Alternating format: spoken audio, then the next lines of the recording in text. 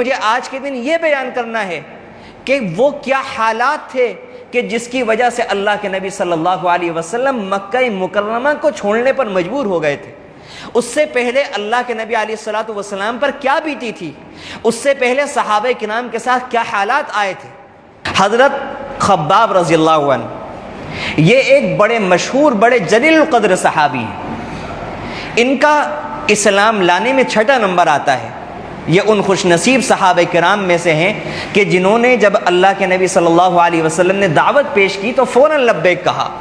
اور نہ اپنی جان کی پرواہ کی، نہ اپنے مال کی پرواہ کی، نہ اپنی عزت کی پرواہ کی، نہ لوگوں کی طرف سے آنے والے مظالم کی پرواہ کی، نہ لوگوں کی طرف سے اٹھنے والے طوفان بدتمیزی کو خاطر میں لائے۔ بس ایک جذبہ تھا، ایک جنون تھا اللہ تعالیٰ کا عاشق بننے کا، اللہ تعالیٰ کی محبت میں سے دیوانے ہوئے کہ 6 نمبر پر اللہ کے نبی صلی اللہ علیہ وسلم کی تصدیق کی اور ایمان میں شامل ہو گئے۔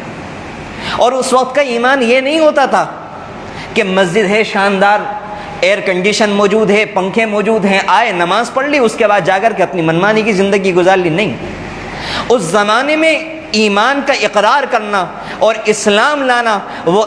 اس کا مطلب یہ ہوا کرتا تھا کہ انسان نے اپنی عزت کو، اپنی ناموس کو، اپنی آل کو، اپنی اولاد کو، اپنی ساری چیزوں کو قربان کر دیا، اور اب اس کی یہ حیثیت ہے کہ مکے کا ایک ادنا سے ادنا غلام بھی اس کے منہ پر تھوک بھی دے گا، اس کے لات بھی مار دے گا، اس کے کوئی وار بھی کر دے گا، اس کو کوئی زخم بھی پہنچا دے گا، جو چاہے گا گویا کہ وہ اس کے ساتھ کرے گا، اور اس انسان کو یہ کچھ سہنا پڑے گا۔ اس وقت ایمان لانا ہوا کرتا تھا۔ ایسے حالات کے اندر حضرت خباب رضی اللہ عنہ ایمان لائے، اور کتابوں میں ان کا واقعہ موجود ہے۔ اللہ کرے کہ ہم اس واقعے کو دل کے کانوں سے سنیں، اللہ کرے یہ واقعہ ہماری زندگی کو بدلنے کا ذریعہ بن جائے، اللہ کرے کہ ہم اس واقعے پر اپنے گھر جانے کے بعد بھی غور کریں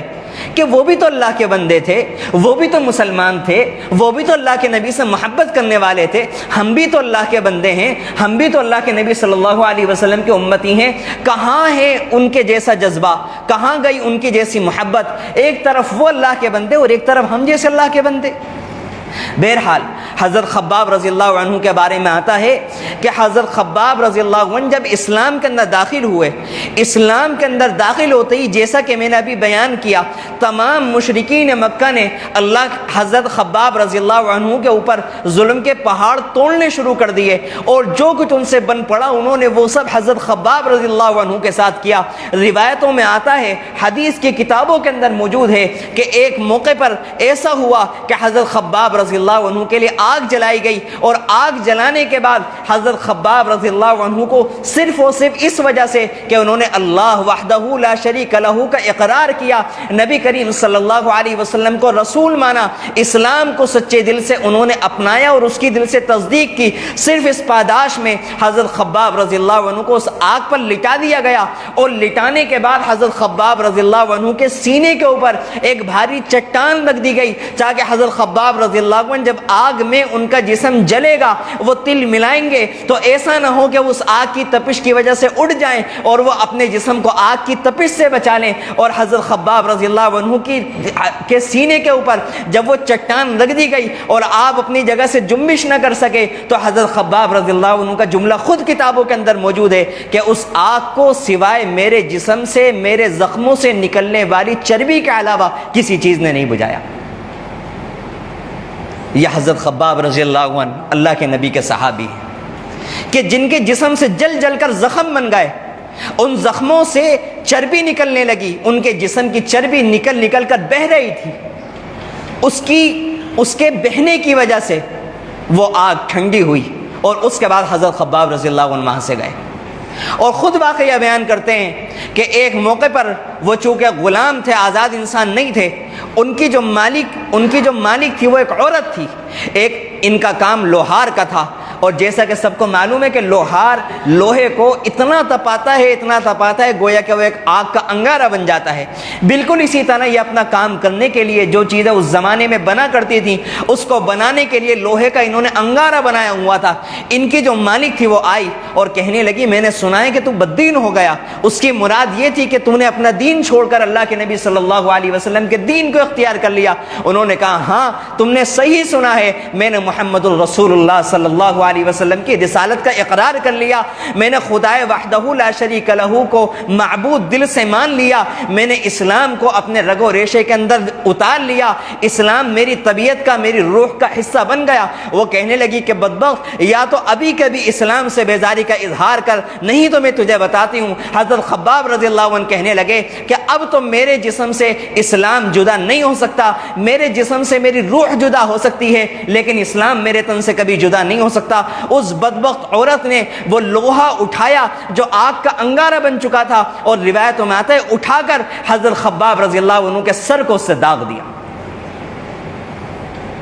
کوئی معمولی بات ہے؟ لوہا جو آگ کا انگارہ بن گیا ہو اس سے سر کا دغوا لینا۔ اور روایتوں میں آتا ہے کہ حضرت خباب رضی اللہ عنہ اس کی تاب نہیں لا سکے اور بے ہوش ہو کر گر گئے۔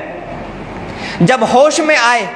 ہوش میں آنے کے بعد ڈاکٹر کے پاس نہیں گئے، حکیم کے پاس نہیں گئے، سیدھے گئے ان کے پاس کہ جن کے ہاتھوں اپنے جان کا سودا کر چکے تھے، جن کے ہاتھ میں اپنا ہاتھ دے چکے تھے اور جن کی صداقت کا اعلان کرنے کی وجہ سے ان کے ساتھ یہ سارے کے سارے معاملات ہو رہے تھے۔ اور کہنے لگے اللہ کے نبی صلی اللہ علیہ وسلم میں آپ سے کیا بیان کروں، میرا سر یہ آپ کے سامنے، آپ خود دیکھ لیجئے کیا حال۔ جب اللہ کے نبی صلی اللہ علیہ وسلم کو انہوں نے اپنا سر دکھایا، اور یہاں پر رک کر اس سے پہلے ایک بات اور بیان کر دوں کہ جیسا کہ حضرت خباب رضی اللہ عنہ کا یہ والا واقعہ، آگ پر لٹانے والا واقعہ، ریت پر لٹانے والا واقعہ، یہ بارہا ہوا کرتا تھا، روز ہوا کرتا تھا۔ ایک موقع پر حضرت خباب رضی اللہ عنہ فرماتے ہیں کہ میں اللہ کے نبی صلی اللہ علیہ وسلم کے پاس گیا، آپ بیت اللہ کے پاس بیٹھے ہوئے تھے، آپ سے میں نے وہاں جانے کے بعد کہا کہ اللہ کے نبی صلی اللہ علیہ وسلم سختی بہت بڑھ گئی ہے، دعا کر دیجیے۔ روایتوں میں آتا ہے حضرت خباب رضی اللہ عنہ فرماتے ہیں کہ اللہ کے نبی صلی اللہ علیہ وسلم اٹھ کر بیٹھ گئے، آپ کا چہرہ سرخ ہو گیا اور کہنے لگے خباب تم بہت جلدی کرتے ہو، تم سے پہلے ایمان والے ایسے ہوا کرتے تھے کہ ان کا گوشت لوہے کی کنگھیوں سے کھینچ دیا گیا، ان کے پٹھے کھینچ دیے گئے، ان کی صرف ہڈیاں باقی رہ گئیں، اس کے باوجود بھی انہوں نے اپنے نبیوں سے شکایت نہیں کی کہ اللہ کی مدد کب آئے گی، تم اتنی جلدی کہتے ہو۔ سمجھ میں بھی نہیں آئے گا میرے اور آپ کے جملہ۔ ہمارے لیے تو حضرت خباب رضی اللہ عنہ کا واقعہ ایسا ہے جو ہماری عقل میں آنے کے لیے تیار نہیں ہے، نہیں سمجھ میں آ رہی کیا چیز تھی، کیسے کوئی انسان لوہے کا اور آگ کا انگارہ اپنے سر میں لگوا سکتا ہے، کیسے کوئی انسان اسلام کی محبت کی وجہ سے اپنے آپ کو آگ پر لٹا سکتا ہے۔ اس کے باوجود اللہ کے نبی صلی اللہ علیہ وسلم فرماتے خباب تم جلدی کرتے ہو، پچھلی امتوں کے ساتھ تو یہ والا معاملہ ہوا ہے، تمہیں جلدی نہیں کرنی چاہیے۔ اور اگر آج کا مسلمان یہ اللہ کے نبی صلی اللہ علیہ وسلم کی عدالت میں اپنے آپ کو پیش کرے، آج تو یہ والی اس طرح کے ہم لوگ ہو گئے ہیں کہ اگر کوئی انسان نماز پڑھ لیتا ہے، چند دن نمازوں کی پابندی کر لیتا ہے اور اس کے بعد اس کی طبیعت خراب ہو جاتی ہے تو وہ دوسرے کو بتاتے ہوئے یہ کہتا ہے کہ میں تو نمازیں بھی پڑھ رہا ہوں پھر بھی میری طبیعت خراب ہو گئی، میں تو نمازیں پڑھ رہا ہوں پھر بھی میرا کاروبار کے اندر یہ نقصان ہو گیا۔ گویا کہ نمازیں پڑھنے کے بعد میں نے اور آپ نے اللہ رب العزت کے اوپر احسان کر دیا، اس احسان کے نتیجے میں نہ تو میرے اور آپ کے یہاں کوئی بیمار ہو، نہ کوئی کاروباری نقصان ہو، نہ کوئی جانی نقصان ہو، نہ مالی نقصان ہو۔ سچی بات تو یہ والے مسلمان، یہ جو اس زمانے کے اندر ہم لوگ ہو گئے ہیں، یہ والے مسلمانوں کا ایسا نقشہ تو شاید فرشتوں نے کبھی تصور بھی نہیں کیا ہوگا کہ آگے جا کر کے کسی صدی کے اندر ایسے مسلمان بھی رونما ہوں گے۔ ایک یہ مسلمان ہے اور ایک یہ والا طبقہ مسلمانوں کا ہے۔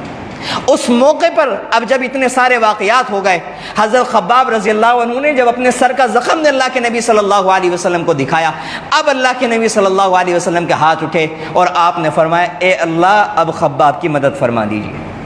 اس کے بعد روایتوں کے اندر موجود ہے کہ جس عورت نے حضرت خباب رضی اللہ عنہ کے ساتھ یہ زیادتی کی تھی وہ سر کے درد کی بیماری کے اندر مبتلا ہوئی، اور ایسا شدید درد تھا کہ ہر طرح کا علاج کیا لیکن اس کو بالکل افاقہ نہیں ہوا۔ آخر میں حکیموں نے اس کا علاج یہ تجویز کیا کہ تمہیں لوہا گرم کروانے کے بعد، لوہے کو تپوانے کے بعد اپنے سر کو دغوانا پڑے گا، تب تمہارا یہ سر کا درد ٹھیک ہوگا، اس کے بغیر یہ سر کا درد ٹھیک نہیں ہونے والا۔ یہ اللہ تعالیٰ نے حضرت خباب رضی اللہ عنہ کا بدلہ لیا۔ یہ وہ واقعات تھے کہ جو صحابہ کرام بڑی خندہ پیشانی کے ساتھ، بہت خوشی کے ساتھ، اللہ تعالیٰ سے بغیر شکوے کے، اللہ تعالیٰ سے بغیر ناراضگی کے اظہار کے، ہجرت سے پہلے سارے کے سارے واقعات صحابہ کرام برداشت کر رہے تھے۔ یہ تو تنہا حضرت خباب رضی اللہ عنہ کا واقعہ ہے، حضرت بلال رضی اللہ عنہ ہیں، حضرت عمار ابن یاسر ہیں، حضرت سمیہ رضی اللہ عنہ ہیں، اور کس کا نام لوں، حضرت صہیب رضی اللہ عنہ ہیں، حضرت سلمان فارسی رضی اللہ عنہ ہیں۔ کتنے سارے صحابہ کرام، ہجرت سے پہلے جتنے بھی لوگ ایمان لاتے تھے ان کے ساتھ، سبھی کے ساتھ یہ معاملہ تھا۔ ایک موقع پر تو غالباً سن 5 ہجری کا واقعہ ہے کہ اللہ کے نبی صلی اللہ علیہ وسلم اور ان کے تمام خاندان کے لوگوں کا، سارے مکے کے قبیلے والوں نے، سارے مکے کے عہدیداروں نے اللہ کے نبی صلی اللہ علیہ وسلم کے تمام رشتہ داروں کا بائیکاٹ کر دیا، اور یہ کہا نہ ان سے کوئی سامان خریدے گا، نہ ان کو کوئی سامان بیچا جائے گا، نہ ان کے اولاد سے رشتہ کیا جائے گا، نہ ان کو اپنے یہاں سے کوئی بچی دے گا، ہر طرح کا بائیکاٹ کر دیا۔ اور اللہ کے نبی صلی اللہ علیہ وسلم شعب ابی طالب جس کو کہا جاتا ہے، اس گھاٹی میں اللہ کے نبی صلی اللہ علیہ وسلم محصور و مقید ہونے پر مجبور ہو گئے، اور 2.5 سال تک اللہ کے نبی صلی اللہ علیہ وسلم اسی گھاٹی میں موجود رہے۔ کھانے کے لیے کوئی چیز موجود نہیں ہوتی تھی، حتیٰ کہ ایک بعض موقع پر صحابہ کرام کو اگر کسی جانور کی کھال کا ٹکڑا میسر آ جایا کرتا تھا تو اس دن اس صحابی کی عید ہو جایا کرتی تھی۔ ایسے صحابہ کرام نے زندگی گزاری ہے، حتیٰ کہ درختوں کے پتے کھا کر صحابہ کرام نے پتے ختم کر دیے۔ جب پتے نہیں رہے اور بھوک نے اور پیٹ نے مجبور کیا تو درختوں کی ٹہنیاں کھانی شروع کر دیں۔ اس کے بعد جب وہ بھی ختم ہو گئی تو درخت کا بکل اور چھال کھانی شروع کر دی، حتیٰ کہ وہ بھی ختم ہو گیا۔ اللہ کے نبی صلی اللہ علیہ وسلم نے اس دین کے لیے، جو دین میرے اور آپ کے پاس اس وقت موجود ہے، اس کے لیے یہ کیا ہے۔ اس کے بعد اس طرح سے زندگی گزارنے کے بعد بھی مشرکین مکہ کو چین نہیں آیا، تو ان حالات کے اندر اللہ رب العزت نے پہلے صحابہ کرام کو، اللہ کے نبی کے ماننے والوں کو اجازت دی کہ تم اپنا ملک، اپنا وطن چھوڑ کر، اپنے بیوی بچوں کو چھوڑ کر، سب کچھ چھوڑ کر ہجرت کر لو۔ اس کے بعد ایک موقع ایسا آیا کہ اللہ کے نبی صلی اللہ علیہ وسلم کو بھی اجازت دے دی گئی۔ ایک گھاٹی میں جو